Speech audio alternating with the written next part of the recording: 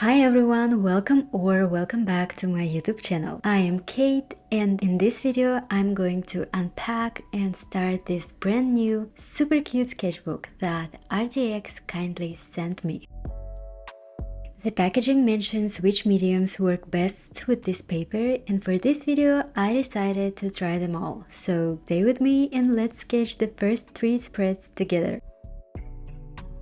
I absolutely love the design, the color, especially the texture of the paper. It's so nice and satisfying to touch. I'm already familiar with this paper because I have a larger version of this sketchbook, but honestly I tend to reach for smaller ones more often. It's just quicker to finish a drawing and compact size makes it so easy to take it with me anywhere. I am so excited to start a new sketchbook. I could say I have a tiny obsession with collecting them.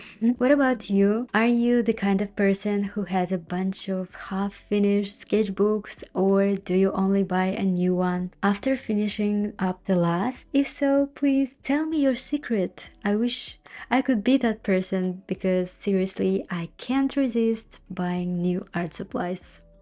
Since this sketchbook has a little pocket, I consider that a huge advantage. Honestly, I wish every sketchbook had one. I've tacked some clear stickers in there so I can protect my pencil drawings from smudging. For the first page, I decided to dedicate it to colored pencils, one of the mediums I am really keen on working with. The first page is often the most stressful one, right? It kind of feels like the face of the whole thing and the first thing you see when you open it, so there is always this little pressure to make it look extra good, like it sets the tone for everything that follows. With that in mind, I thought of a cat. It's always nice to look at a cat, right? And to increase my chances of a successful first page, I went with a kitten. Who can resist that, right?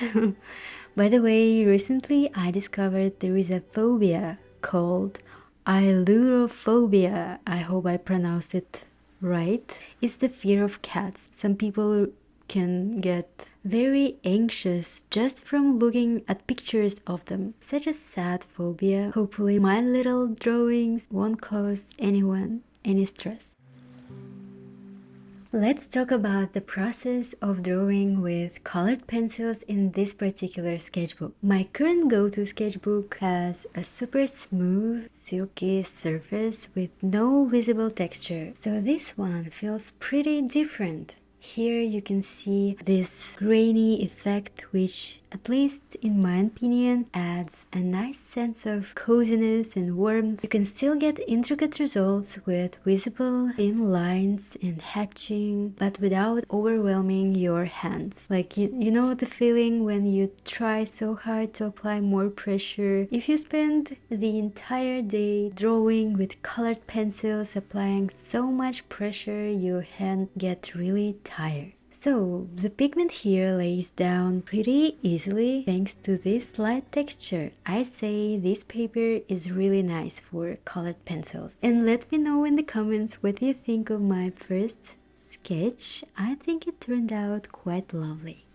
The second spread, I am going to fill the page with multiple quick sketches using just this mechanical pencil. Spoiler, there will be a cat again. So you probably learned at least 2 things about me today. I'm obsessed with sketchbooks and cats. This is my comfort zone, sketching faces, cats, and anything else I find visually appealing. It's where I feel most relaxed and enjoy the process the most.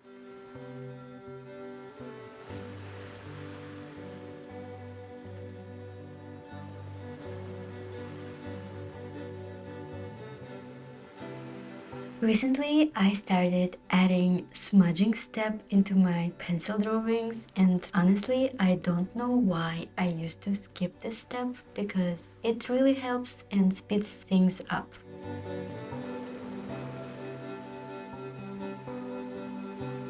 Here especially, I love how the hair turned out. It really didn't take me long to achieve that effect. I think the paper plays a big part in that. It lets me build up volume and depth so effortlessly.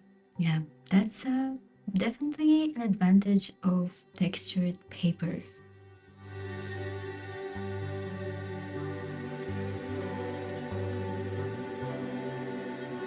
Then I spent about 15 minutes on this strawberry cupcake, and I think I went a bit overboard with the details. It ended up looking too dark for my liking. I won't even show you the whole process because honestly, I really don't like how it turned out. Next, I drew the star of the spread, a cat that looks genuinely surprised by something. My goal was to capture a strong expression of surprise or curiosity. I imagine it's probably watching birds or something exciting like that.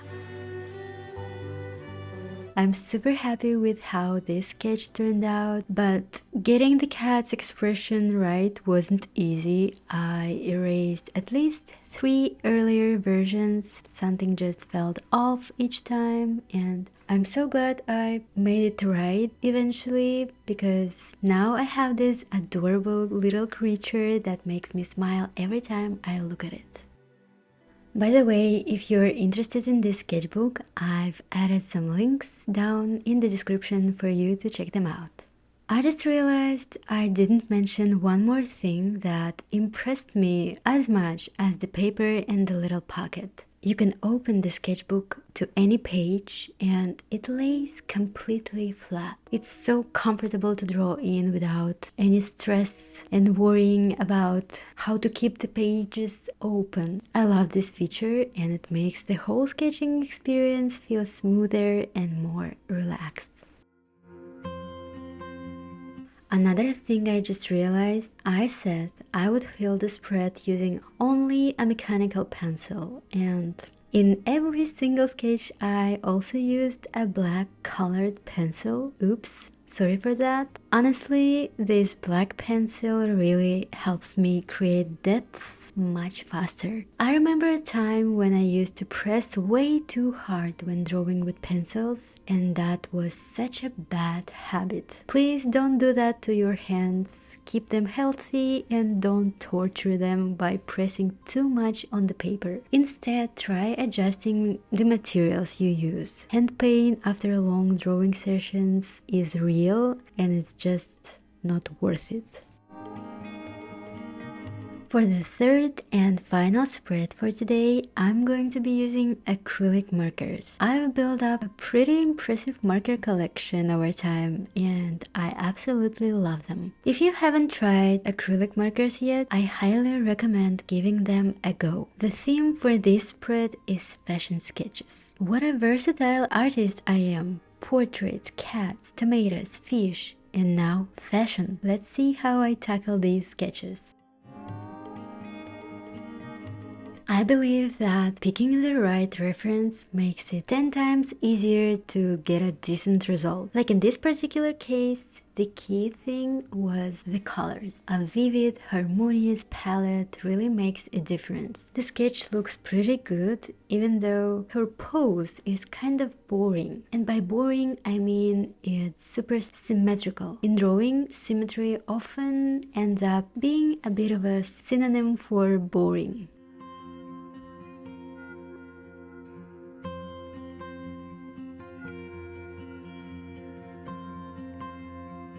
Now let's compare it to the next sketch, and I started this one with a line of action, which immediately set the tone for a much more dynamic pose. So, here are my final thoughts about the sketchbook. There is no doubt it's an amazing one. I even caught myself wishing RTX had more color options available, and that was definitely my inner shopaholic talking. But the real question is, how often will I actually use it? I have to admit I'm guilty of owning several beautiful sketchbooks that are currently just collecting dust. That said, I genuinely believe this cute green one won't be one of them. What about you guys? What do you find appealing in a sketchbook, and what are your must-haves when picking a new one? Let me know in the comments, and I'd love to hear your thoughts. If you watched all the way to this point, I want to give you a big virtual hug. It really means a lot. Thank you so much for watching my drawing process. I hope you enjoyed the video. See you soon in the next one, and don't forget to like and subscribe. Thank you very much. Bye bye.